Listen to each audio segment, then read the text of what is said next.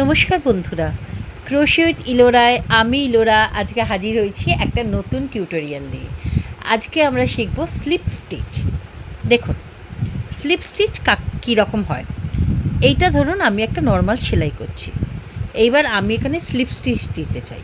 তো কি করব, আমার কাজ হলো এই যে ধরুন আপনাদের সিঙ্গেল ক্রোশে মনে আছে তো কীরমভাবে করতে হয়। ধরুন একটা চেনের তলা দিয়ে আমি এরকম পাস করিয়ে এই পুল থ্রু করে নিয়ে চলে এলাম। এইবার আমি এখানে ইয়ার্ন ওভার করে এই ইয়ার্ন ওভারের এই সুতোটা এর ভেতর দিয়ে ক্রস করলাম, কিন্তু এখানে সেটা করব না। সিঙ্গেল ক্রোশের মতনই আমি এইটার তলা দিয়ে এনে পুল থ্রু করে নিয়ে এসে দুটো লুপ করলাম। এইবার আমি কি করব, যে নতুন লুপটা আছে সেটাকে পুরনো লুপের ভেতর দিয়ে পাস করিয়ে দেবো। হয়ে গেল স্লিপ স্টিচ।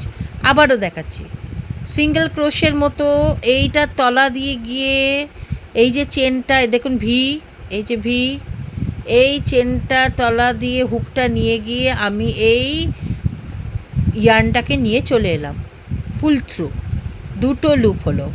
এইবার আমি নতুন লুপটাকে পুরনো লুপের ভেতর দিয়ে পাস করিয়ে দিলাম। হয়ে গেল স্লিপ স্টিচ। আশা করি বুঝতে পেরেছেন। যদি কোথাও অসুবিধা হয় আমাকে কমেন্টে জানাবেন। ভালো থাকবেন, সুস্থ থাকবেন। বাই।